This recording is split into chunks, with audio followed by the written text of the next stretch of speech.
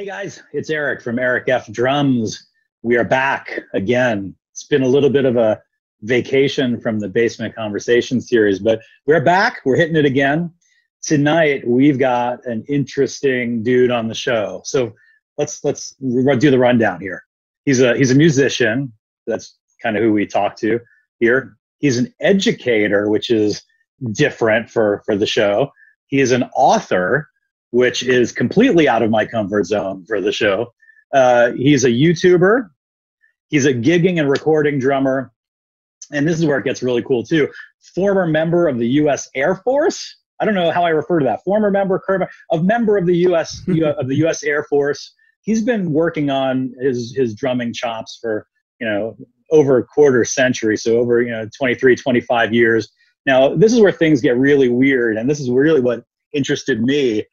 This guy studied under probably the most recorded drummer of all time. So much so that when I mentioned this name to my wife, she actually knew the shuffle that this guy was responsible for. So he studied under Bernard Purdie, of the Purdy shuffle fame. This guy's done stuff with James Brown and Aretha Franklin, Hall & Oates, about a million other artists. So, our guest tonight considers himself a permanent student of the drums. And he spends 8 to 10 hours a day behind his drum kit, which is absolute insanity. That is incredible. That is probably the greatest place in the world to be able to be every day. And he offers drum lessons on his YouTube channel, Drum LCK. So I know that there's a celebrity out in the world that's commonly referred to as the Hoff. Everyone knows the Hoff is cool. This is the other Hoff. This is the more cool Hoff. This is not the one that's big in Belgium, Hoff. This is John Hoff. Welcome to the show, John.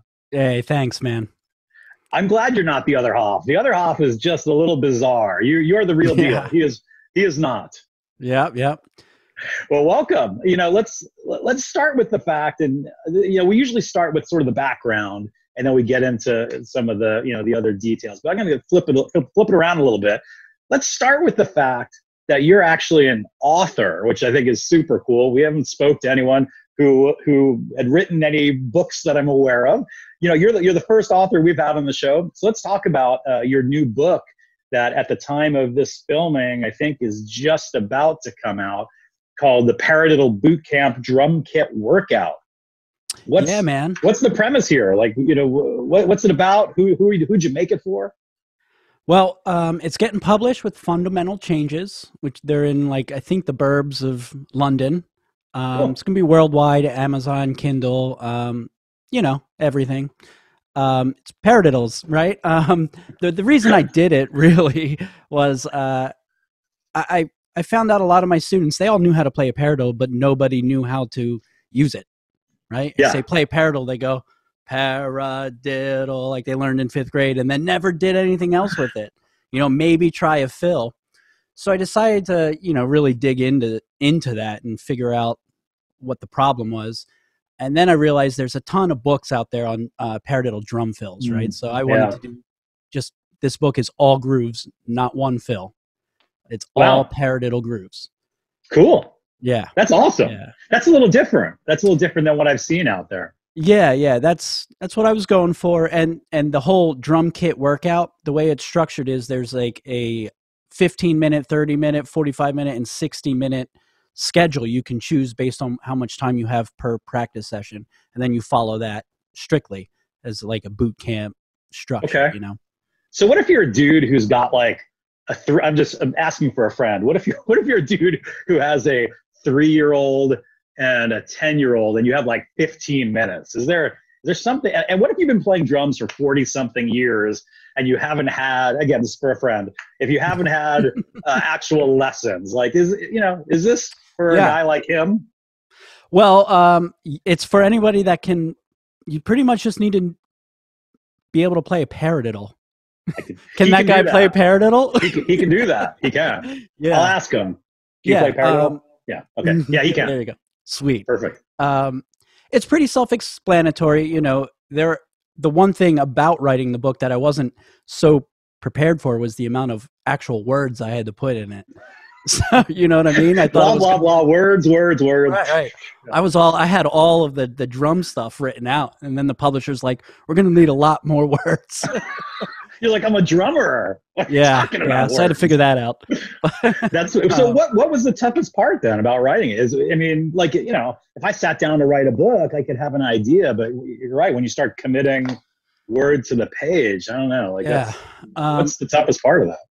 Well, I'll tell you, the toughest part for me, I've had a pretty good education. I came up in like school band starting in like 4th or 5th grade.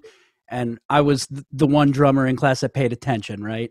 And then I just kept taking that further. So reading and working through books myself was always important. Like I have well over 100 books over there in my little drum library. I definitely have not gone through all of them. But they're there. Yeah, man, I lost where we what was just what the toughest part is about doing it. Yeah. The toughest part was, and the reason I really got to it was I broke my hand about a little over a year ago. So, you know, I went from gigging, you know, maybe 200 gigs a year to breaking my hand for a whole summer. And I was like, well, I better do something. And it was my right hand. So actually the hardest part about writing the book was typing it with my left hand the whole time. Okay. You know, that was not the answer I was expecting. Yeah, right. It was amazing. Okay. So it's a physical thing. It's just a physical act of actually writing the book. Yeah. Like that I had to learn how to type lefty. I was teaching all my lessons with just my left hand, you know. It's crazy. Amazing. Yeah. So why did you even do it? Like what got you thinking that you wanted other than necessity, right? If you can't gig, you're looking for maybe other activities to take part in. But what made you think that you should write a book? Before I started teaching at the School of Rock and doing private drum lessons and everything, I was teaching at the high school level, doing drum line and marching band. I realized that all these kids knew the rudiments very well, but none of them played drum set. Or they sat down and had no idea how to apply them. And I have another buddy who's actually my drum tech when I go, play bigger shows. Yeah. He and I were talking about that, and he's the same way. He didn't quite understand how to take it over to the kit, so I figured a book like that is what is needed. Yeah, it's funny because you're right. There are so many people that I've met who they fashion themselves as drummers and they can play the rudiments and stuff, but they're sort of lost when they have to actually in real time sit down and make something sound sensible that's like pleasing to the ear. I think I'm like the opposite in the sense I never really took lessons, didn't really care. I don't know, maybe it's because as a kid we couldn't afford it. I don't know. Whatever the reasons were, just didn't do it. And for me, the lessons were listening to Kiss records, in the late 70s, early 80s, right? So I wish I would have been one of those guys that learned all the rudiments and then maybe could have applied it, took lessons and then applied it to some other way. But yeah, I see a lot of folks who get really good at the basic rudiments, but then when they sit down in a kit, they're just kind of, lost a bit, Yeah. It's that bridge. We got to bridge that gap. Yeah. I think, when you and I were coming up and learning all this stuff, we didn't have YouTube to go, I didn't know how. I didn't have a teacher, a drum set teacher. I had a snare drum teacher in band. That was it. So I had to go on MTV and wait for a music video to show the one picture of a drummer, right? Yeah. MTV was for the rich people. MTV was for the rich people who could afford cable. When I was a kid, it was literally like putting on records or an 8-track or whatever. But you're right. It's like there was none of these tools at our disposal where I could hop on and see 10 different people playing 10 different things I could learn from. It just didn't exist. So I couldn't imagine having these tools now for kids that are coming up, just learning how to play. It's incredible. Yeah, it's an amazing, like what you said, a tool. It's a tool, right? I do think teachers are still important. I get drummers in the school where I teach where they haven't had a teacher before, but maybe they've been playing for a while and they can play some difficult stuff, but they don't know how to hold the drumstick because no one's ever told them, hey, you're doing that wrong, right? Sometimes you just need someone to watch you play, It's true. No, Yeah. it's a great point. So, I guess big question is, I think this is coming out soon. Where and when is the book going to be available? How can people get a copy? Is it physical? Is it digital? Yeah, all of that. Okay. Yeah, all over the place. Amazon's probably going to be, I feel like that's where everybody does their shopping. But Amazon, Kindle, and physical. And it also comes with, I think it ended up being a little over 170 recordings to play along to. And each recording has 2 separate tempos, like slow and fast. I think it's 60 and 90 BPM. So comes with MP3s of. Yeah. Oh, that's really cool. Yeah, like little play along track, which is, I think that's pretty important. Nowadays, the kids can just put on their phone and put their headphones in, Yeah. The MP3s. That's true. No, that's really cool to be able to get the book and have like the audio piece to go with it. So why don't we do this? What we'll do is in the description of the video, we'll link where you can go have a look at John's book and you can purchase the book. So, highly recommend, even if you're an old drummer like me, maybe it's never too late to actually try to learn something. I'll send you one. I'll be embarrassed because I'll have to film myself actually practicing, and I have to show someone actually that I practiced. That would be awesome, though. Yeah, but I want we could just Zoom. Get a hold of that. We'll hang out on Zoom and run through a couple episodes. I'll tell you, man. I have a student who didn't start drumming until his late 50s, early 60s. Wow. And now he's gigging with a bunch of younger people. That's awesome. Cool. Yeah. Well, we will link it down in the description. Everyone definitely check out, John's new book. It sounds like there's a lot of really useful stuff in there that we all can learn from. So the next thing I want to move on to, for me, is sort of a bit of the elephant in the room, Bernard Purdie. So when a guy tells me that, hey, I actually know Bernard Purdie and I've studied with him and done work with him, it's like, okay, you got my attention. How did that happen? Like, were you at like Circle K getting like a Slurpee or something, and like you ran into the guy? Like, how does this happen? Well, I was at a gig somewhere, like who knows where. I was talking to a buddy of mine. What's up, Doc? And he told me, hey, like I was talking to somebody who said in the 90s they used to take lessons with Bernard Purdie somewhere in New Jersey. And, we're in the burbs of Philly, like maybe 10 minutes outside North Philly. And so I just start looking all over the internet and called his people and emailed his people like 5 times. And then maybe a week later during another gig, I'm setting up with my singer and he just calls me and I answer the phone. It's Bernard. I'm like, whoa. And like there's only one Bernard that I know, right? Yeah, it was, it was expensive. I drove 2 hours each way. And then it got to a point, I got to go on the road with him to Drumeo. Have you seen his Drumeo video? Yes. I helped tune those drums, just saying. Oh, wow. Wow. No, that's awesome. But Drumeo is insane. Like, it is very cool. What a studio. I'll bet. When you watch the videos, it looks incredible, and I'll bet in person it's probably fantastic. There were so many people working there. It was really neat to see. Wow. So when you were taking lessons with Bernard, like what were those lessons like? I mean, first of all, getting over the shell shock of some dude watching you that, you're afraid every little thing, I'd be embarrassed. I don't like, I would be hard for you to play in front of him. So what were those lessons like? Well, it's exactly that, dude. I had to pretty much audition to be like an ongoing student. Yeah. And that was one of the most nervous I'd been at more than a show. You know what I mean? Yeah. Because it's just me and him in the basement of this place in this little room. And I was like freaking out, but it worked out. Yeah. The lessons were really cool, man. I wouldn't suggest going to like a legend for lessons if you need the basics, right? Because anybody could teach you that. You don't want to be spending that much money because you can go get lessons from Jojo Mayer if you want to, probably $300 a lesson or something. But take a little cheddar. That's it, man. They all do it. Yeah, it's Wow. expensive, but So did you? I can't remember if you had mentioned at one point. Did you drum tech for him either on the road yeah, or some yeah, shows or something? yeah, that was cool. So at clinic he did Okay. up at Victoria, Canada, Yeah.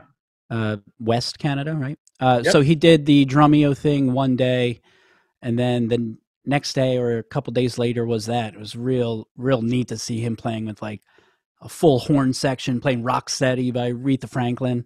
I'm just sitting there and back behind him, like, yeah, very cool, very That's cool. And amazing. I tell you, dude, everyone loves Bernard, and the way he plays is better in person. Like in the videos, they blow you away, and just how happy he always is. And that's the Yeah. key, man. Just staying happy, and Yeah. that's why everyone plays drums, right? Yeah. It's funny because like I don't know the guy, but every video I've ever seen of him, he kind of always reminds me of like Carter Beauford in the sense that he's got like that happy, like it just seems like I don't know, he seems like he's just loving it, just doing his thing, Yeah, man. loving it. Yeah, I mean, he's 80. I should know this. 81, 80. Yeah. Okay. He played a gig a couple weeks ago during COVID. Wow. Yeah, Wow. yeah. So thinking back to, the lessons you've taken or just even interactions with him, like, is there one thing that you think sticks with you? Like there's probably 1,000 things, but like, what's the one thing? Something that changed me as like the actual drums, being able to kind of mix yourself while you're playing, like being able to just play a little, keep everything the same, but maybe play that hi-hat a little quieter. And the hi-hat was a big thing for him. Like you see a lot of rock drummers, especially really digging into the hi-hat. But at that point, the hi-hat's our timekeeper, right? Yeah. Everyone in the audience is bobbing their head to the kick and snare. So sometimes, like, I'll show you. Let me know if you can hear this. Yeah. This would be cool. Really. So just a simple beat. If I'm rocking out, I just bring the hi-hat down a little bit. Okay. The groove's just going to open up. I mean, this is super simple, but big difference. Oh, yeah. So just being able to get out of your own way, being too loud on, or same thing with the ride cymbal. You know how sometimes it just gets out of control. Like you get that big gong sound after a while. Well, it's funny because that like when I watch other drummers on YouTube, that's the thing that will get me in a video and get me to jump out of the video within seconds, is when I feel like it's all either one volume or it's just too hot, or just like there's no delineation between like, hard hitting and sort of softer stuff. Like I don't know. Dynamics. You're right. I mean, yeah, that's exactly it. Right. Yeah. Like it can't be the same all the time. You're playing a Pantera song. Maybe I get it. But like, there's, I don't know. It's just, you're right. He's the master of that. I mean, when I think of like, was like Rosanna, right? With, the Purdy shuffle sort of setup. I mean, that whole hi-hat work is just like, it's hard. Rosanna. It sounds easy. It's not. It does. It does. It's not easy. Same with Fool in the Rain too, man. That's the Purdy exact shuffle. Same thing. Yeah. So it's Everyone good to know. thinks they can play it, but they're never really playing it quite right. It's funny because as much as I want to cover Rosanna, there's certain songs and there's certain artists I just won't do because I know every drummer is going to come out of the woodwork and like pick the shit out of me. I just want to play it the way I want to play it. I don't care what people think, but I know it'll just eat me alive if every drummer is like, that's not it. That's not it. Same reason that I don't cover any Rush stuff, even though there's a bunch of songs I love to play here at home. I won't do it. It's just like a lightning rod. Like I just don't want to, So I just I leave it to guys like you. You can do it. And, oh, dude, your covers are great. I'll live vicariously through you. So, thanks for letting us know a little bit about your interactions with Bernard Purdie. And when I heard that, I was just like, holy crap, this could be interesting. Another thing about being able to just talk with Bernard, like I don't study with him anymore, but we still, hang he came to my wedding, we're cool. We talk, we're more friends than anything. It's weird to say that, but he's really a mentor. He's just a guy I can call up and talk to if I have any questions in the, drum world. But one of the cool things about it is obviously the stories you hear, right? Yeah. And we just start talking about how he knew Elvis and like just everybody. You're like, whoa, Elvis. yeah. It's like, okay. He's like, yeah, I remember I was out having drinks one night with the Beatles. Yeah. Like, he actually just got credit for a Beatles song. I think it was "She Loves You." That's Bernard. Really? I think I could be wrong, but I know he got credit for something. I think it's "She Loves You." So it goes back to the, you know, what I said at the very top of the show. One of the most recorded drummers of all time. Yeah, there you he's go. everywhere. He's had his hands in everything. So Yeah. so now we'll go back to some of like the, you know, the typical sort of biography stuff I like to understand a little bit about. So why'd you even start? When did you start playing? You know, how old were you? Like, why was there interest? I was born in '87, so it's pretty young in the early '90s, and I think Nirvana got everybody. So my best friend at the time, we were in like 4th grade or something, had a little acoustic guitar, and he learned "Smells Like Teen Spirit." I didn't know the song. You know? I just see him play guitar. I'm like, oh, that's great, and he told me to get drums, so I did. That was it. Or I joined band. I had snare drum. Yeah, we all started with a snare drum. Right. Yeah. Which is great. I can't say enough how much I love the concert band, symphonic band, just high school, middle school, elementary school band programs. I owe everything to that. I went through the same things. Yeah, I was like, 7th, 8th, 9th, 10th, 11th, 12th, and so all the same, you know, band set scenarios, and then we had a jazz band in high school too, which is fun. And it's funny, as much as, you know, I guess I didn't appreciate it as much then as I do now. But I mean, I was fully into it. I really enjoyed it. Oh yeah. I mean, that was a while ago, and some of those people that were in Drumline with me are still some of my best friends. Oh, that's cool. It lasts, that's awesome. You know? Yeah. So what was your first kit? You know, I've shared on a former, another one of our episodes, my first kit. I really need to dig out pictures of it because it won't do it justice if I can't show it. It's bad. So what was yours?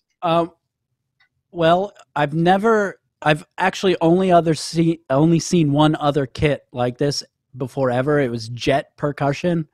Most people never even heard of it. Okay. Right. Yeah. Terrible. Just a terrible, like worse than groove percussion, you know, like the $200 special. Like, yeah. Oh, yeah. But I wish, and all you young drummers, anyone watching this, don't sell your gear, because I wish I still had that. Yeah. I sold the whole thing for like a ride cymbal that sits in a case over there, you know? Everyone says that, because when I was talking to Andy Selway from KMFDM, he said his dad had like an old Premier kit. Yeah. And I'm like, well, where's that kit now? He's like, I think my dad sold it along the way. I'm like, oh, you know, you wish you would have kept some of it. Now, I have no interest in keeping the kit I had, because I had a double kick setup. One kick drum was gold and one was black. So it's pretty bad, you know, but I think everyone starts with like sort of a scrubby set, but it doesn't matter because it's like the coolest thing in the world. You know? Oh, yeah. So. Oh, yeah. What were your family, like anyone in your family musical? Like my mom plays like harmonica and or accordion and stuff. Like anything like that in your family? No. Well, like a second cousin who I've met once in my life played bass for Frank Sinatra a bit. Wow. Didn't have any type of I really don't even know him. But it's amazing. Yeah. I think he played with him like whenever Frank Sinatra was gigging in Atlantic City or something. I'm not quite sure. But nice. And then other than that, no. Actually, it was more, you know, when I would practice drums, I'd kind of be annoying everybody in the family. Yeah. I feel bad for home from school families of drummers. Before. Yeah, I always feel bad. My mom was she's just a saint. Like the fact that she put up with me doing that for so many hours after school every day, it's like shocking. Yeah. You know? So who were some of your influences growing up? Who are the drummers you're into, or even now, who are some of the drummers you're into? Well, growing up, it was definitely Bonham. As much as I probably don't like to admit it, Lars. I still like Lars. I mean, come on. He takes a beating. He takes a beating. He does take a beating, but he also writes the songs, man. I know. Look, it's a big deal. I said it in my first show. He is one of those drummers that is universally hated. And the reality is, like, if not for his weird drumming, like those songs would sound weird. They would sound weird if it wasn't played the way he plays it. Right. Yeah. So, those guys, Alice Cooper, I don't even know the name of the original band's drummer, but $1 Billion. Dennis, wasn't it Dennis? Crap, I know what you're talking about. Yeah. That $1 Billion Babies tune got me, showed me what the drums were, Yeah. That's probably the song I could say got me into it. You know who I dig from Alice Cooper? His more modern drummer, Glenn Sobel. He's amazing. God, the guy's a beast. I catch them every time they come to Philly. It's great. Yeah, it's funny. When I lived in Arizona before we moved here, Alice Cooper lived there, and we would see him everywhere.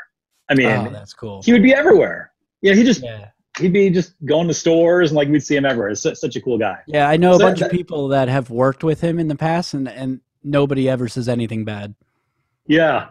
So hey, you mentioned Bonham, and I don't want to jump around, but did you have one of your students that was somehow related there that you could share with us?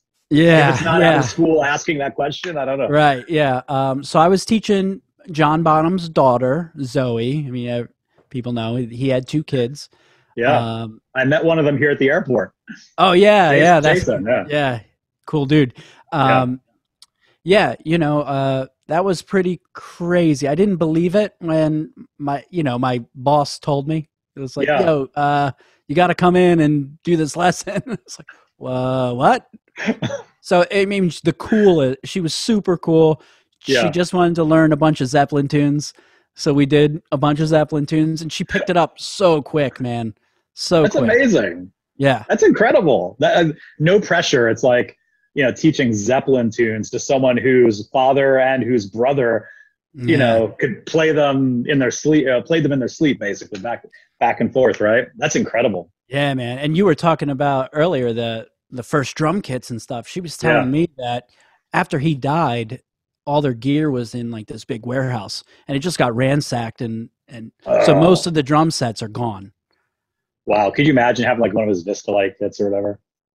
Yeah. I mean, you couldn't ever put a picture up because people would know right away. Yeah.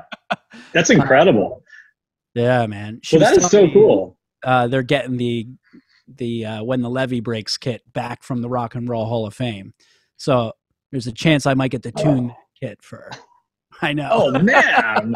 I know. That has to be a video on your I will film that channel, if that happens. Please don't let that happen where you're not filming that. Yeah, no. So, I remember we were talking before today, and you'd mentioned when you were in the Air Force, you actually, first of all, thank you for your service. No, thanks. Amazing.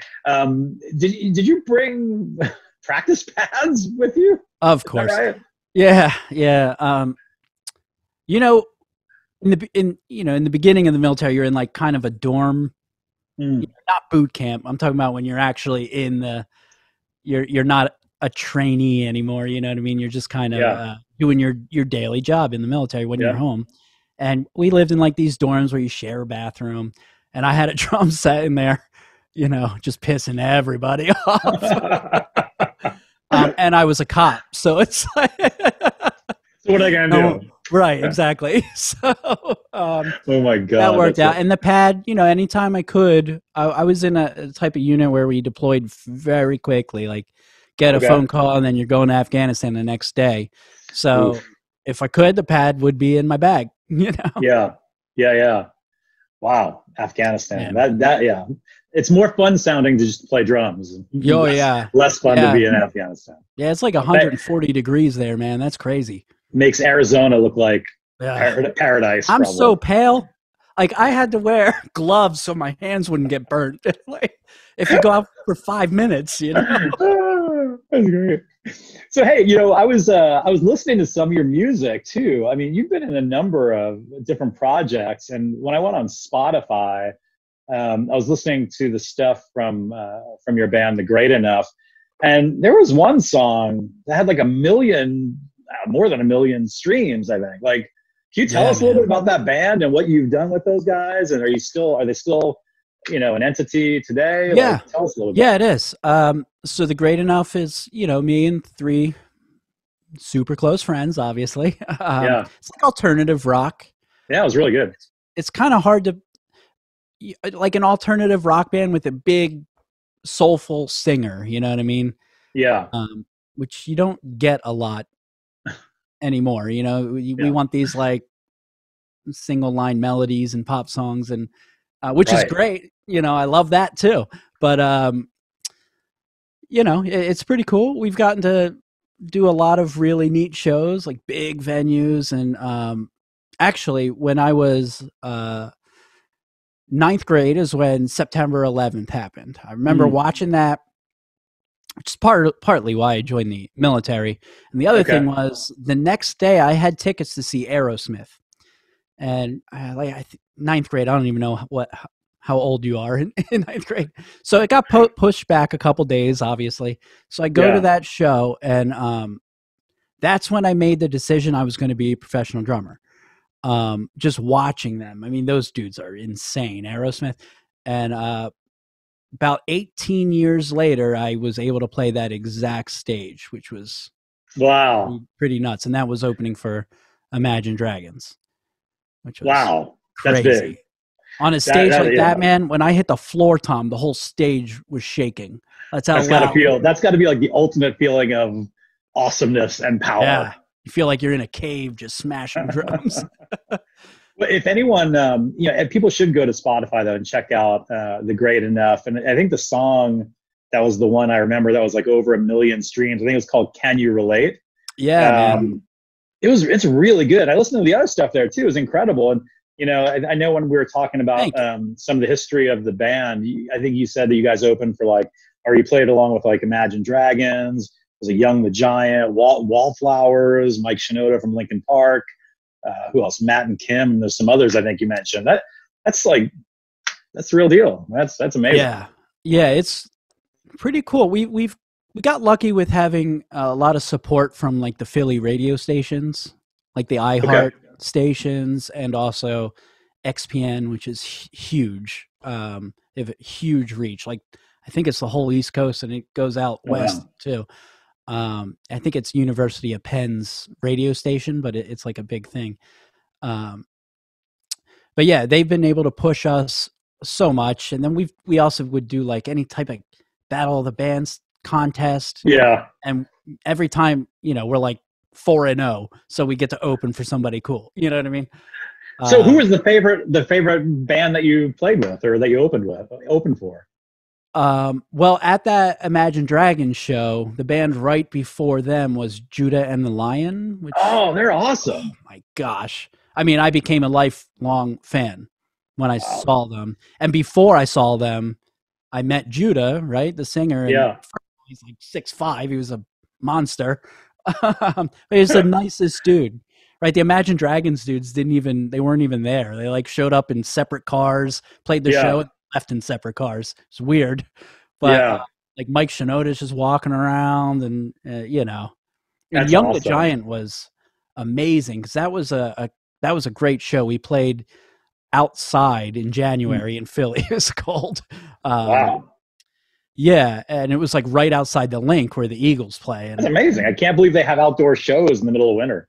Yeah, they do it once. It's just called like Winter John. It's like a Philly thing. Okay. But, we were okay. But all the other bands were from like California and Vegas. They were cold. They're weak. Yes. Dave Kooning from The Killers was there. And that was like just getting with his solo project. So like being able to talk to him was like a dream come true. I love it. Great band. Well, so what was the coolest place you guys had played? Was it that location where you saw Aerosmith before and then you ended up playing? Was that the best, like the coolest venue that you played? Yeah, probably. When we did the Wallflowers gig, that was in Hershey, Pennsylvania, where they make the candy. I went there as a kid, yeah. Oh, there you go. And that was in like just a big field, no seats. Okay. Yeah. It was like 5,000 people. And it was just, we had the crowd, Yeah. Oh man, in that show, I broke my hand. I got the cast off 5 days prior, and I just like ate an unsafe amount of ibuprofen and went out there. Just hope It's only unsafe. Yeah, it's only unsafe if like you pass out. Yeah, there you go. Or if you get sick. It's only unsafe at that point. Yeah. Up until that, it's totally legitimate. Yeah, man. So we're just a rock band trying to, do the steps. It's not easy. Yeah. It's the hardest. It's the hardest thing, man. I completely believe every bit of that. Especially now, it's not as easy as it used to be. Where I mean, right now, a record you can make a living off a record. Yeah, like right now, nobody's making money. Even the big dogs. I mean, they're not as much. How are record labels going to survive this? It's funny. We talked about this. I think I may have talked about this with Andy too. It's not only the bands though and the labels. It's like all the downstream people. It's like the local crews and the catering people, transportation people, like they're, all the way down to even like the hospitality folks at all the various hotels. Like it's just, there's such a long list of people that are getting hammered from the lack of live entertainment, because my next concert isn't until May until July of this year. That was rescheduled from May of 2020, which is Rage Against the Machine. So I've got, hundreds and hundreds of dollars tied up in tickets for the last year. Yeah, so, same. Yeah. So that'll be my next show. So when you play live, versus the stuff like when you do in studio stuff, or even, for your channel, like, do you prefer different kind of kits or setup for one versus the other? Well, I have this purple kit here. I don't like taking that out too much. That's a one-of-a-kind handmade pork pie kit. It's beautiful. I think that's 2014. So back then, I was in another band who had a song on a Verizon commercial and was getting signed to Universal. So I was talking to Bill, the guy that runs Pork Pie, and we did a deal, and he built me that. I got more toms too. It's incredible, man. It is beautiful. So I that's took the kit from your videos, right? Isn't that the kit that's on? Yeah. Okay. The I think right now there's a SJC snare on it, but I have the pork pie, which is pretty cool too. But I only like taking that out for gigs where I know it's not going to get wet. I know it's not going to get handled by either me or my drum tech. You know what I mean? Yeah. Just because that color just doesn't exist anymore. We used it all up. So I have a back there. I don't know if you can see a bunch of drums, but I have a Pearl Masters back there that I'd like to go live. It's killer. Is it red? I can't tell. There's a black one and a red one. There's two black kits over there and a red one, I think. I'm looking. You have enough kits. You have enough kits. Yeah. My wife would probably agree. That's awesome. I'm starting to get that itch. That one's 2014. Those DWs are looking pretty nice. So live, what you're saying is you prefer the ones that if they get screwed up, you're not gonna. Yeah, and then I also have a beater kit, like a really junky kit where I set that up for cover band gigs, and I just bring a nice snare, nice cymbals. But cool. I mean, that stuff, when you're playing in a bar, you'll have like drunk guys spilling stuff everywhere. Yeah, it's not. Yeah, that's what a beater kit's for, dude. It's perfect. Right. Yeah. So, lastly, I just want to talk a little bit about some of the music education stuff you've done. We kind of hit on that a few times already throughout the show, but I know that you worked or still work, I don't know, or done work with School of Rock, which I think is super cool. We have got one here locally in our town as well, and I think I first heard about you because my first episode was with Matthew, aka Drumman 190, and I think he said maybe he was at School of Rock and that's where he met you and that's where he turned me on to sort of what you were doing. So tell us a little bit about like School of Rock and what you've done with the high schools and like the workshops you do. I know you do lessons like every day. Like, what are some of the things you're involved with? Yeah, so right now I'm probably teaching between 30 and 35 private lessons a week, which is the only reason I'm able to stay afloat during all of this, right? And it's growing. It's pretty awesome being able to just teach out of your basement, and the school's great too. My first teaching job was at the high school doing drumline. Did that for like 3 years. And I really enjoyed it, but as anyone will tell you that has taught drumline or marching band, it just doesn't pay. It ends up being like cents an hour, like less than $1, right? They just give it a little. You do it because you enjoy it, and it's right. You're just trying to help some kids. Yeah. And then the School of Rock, I went there and I just really like what they're doing. Their primary focus is teaching through song, right? Which is how you and I both learned, which is so important. That's it. Yeah, man. It puts these kids on stages in real clubs in Philly.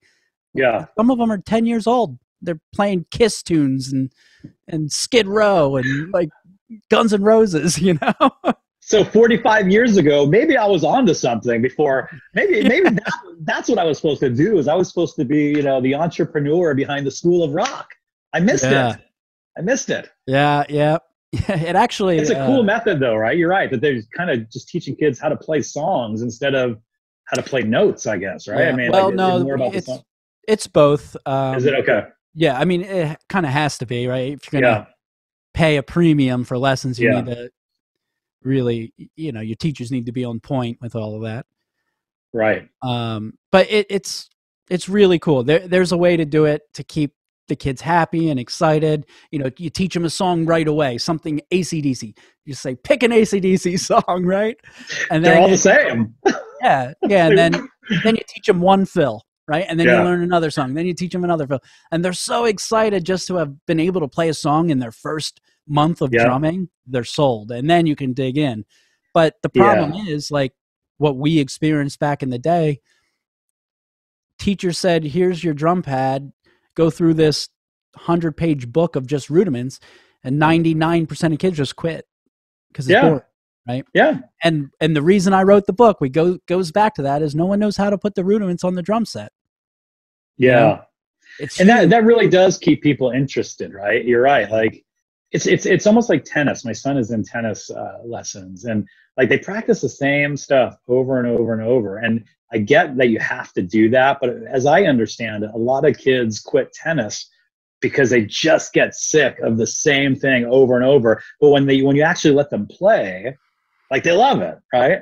Yeah. So it's kind of similar here. Like, maybe School of Rock is more like that school of thought, right? Teach the kids what they need to know, but the payoff is they get to play something and it sounds real. It sounds legit. It gives them a sense of like, look, I can actually play a song. And the payoff is almost immediate. Like the attention span has come so far down. Well, us YouTubers know that for sure. Yeah. Like you see your average watch time, like 4 minutes long, people are watching for 1 minute-ish. You know? If you're lucky. Right. Yeah. I think that's what I'm right around like 115, 110. Yeah. Which is, I hear a lot of YouTubers complain about that. What do you expect? Most songs are under 2.5 minutes now. Yeah. And that's the generation we're in, right? I mean, people are used to just clicking on things, so kind of scrubbing through a timeline, listening for some cool pieces that they like, and then getting out. And maybe that's a good place for us to leave off is, we could talk a little bit about your YouTube channel. And, what I dig about it is like, I can go there just to hear covers, because that's why I like just hearing covers. But then I can also go there and get like lessons, because you do put a lot of like content, like educational sorts of snippets on your channel. It's kind of a double duty channel. Yeah, that's what I'm going for. It's slow writing the book and making constant content was tough, but now that the book's done, I'm hoping to be able to get a lot of cool stuff out there. I have a really cool cover of Walk This Way coming out. Oh, that'd be cool. A bunch, it's like a full live band cover with a bunch of the best musicians in Philly. It's going to be awesome. Wow. Yeah. When's that? Something to look forward to. When do you think that'll be? Yeah. Well, I'm just waiting on some of the other musicians to finish their parts. Cool. So hurry up. Cool. Yeah. But yeah, that's going to be part of Aerosmith Week, which is coming. Oh, okay, cool. Yeah, should be about. Oh, you did that once. You did that once before. You did Metallica Week, didn't you? Yeah. So I'm gonna let the subscribers vote. So after that, I'll let this out now. It's going to be Soundgarden versus Pearl Jam. And obviously I'm going to have to do Hunger Strike, right? Soundgarden. Yeah. That'll be a lot harder than Pearl Jam. Oh, yeah. Same drummer though, right? Same guy? Not on all the records, but yeah. Like the early ones, it wasn't Matt Cameron, but yeah. Oh, yeah, okay. Soundgarden is not easy. No. A lot they love to play in 5. Yeah. They like their weird time signatures. Well, we'll have to tune in for that. That'll be awesome. So I guess, closing things out, first of all, I totally appreciate your time, and it's great. I got a chance to know you along the way, and I was only turned on to you again because of, Matthew over Drum Man 190, and I've been following your channel ever since. And, I'm glad we got to sit down and do this discussion. For anyone who's watching, I'll put a bunch of links down in the description. So we'll make sure we link where you can get John's new book. I'll make sure I put links in for Spotify, where you can find his band, The Great Enough, and some of their singles. Pretty much everyone uses Spotify, so I'm sure everyone would be able to get there and listen to it. And then we'll also link his YouTube channel, Drum LCK. Anything you can think of in closing that you want to say? Mainly, thanks, man. This was fun. We're going to have to do a cover together, a little split screen. That would be fun. We'll do the guy with the guy who knows no formal training versus the guy who gives the formal training. Oh, that's a bit of a handicap. I'll have to get a couple extra point handicap, but I will try to hold my own. Yeah, man, I'm in. Let's do it. Cool. Well, everyone, we appreciate you joining us. And again, thanks for supporting the channel as always. We've got a lot of growth in a very short period of time. Super excited to see where the subscriber count has gotten, and the fact that most videos are getting views lately in the thousands. I don't know what to say, just do our thing and hope someone watches it. So we appreciate you joining us. And John, you're the man. Oh, thank you. You too, dude. We'll chat soon, everyone. Take care. Peace.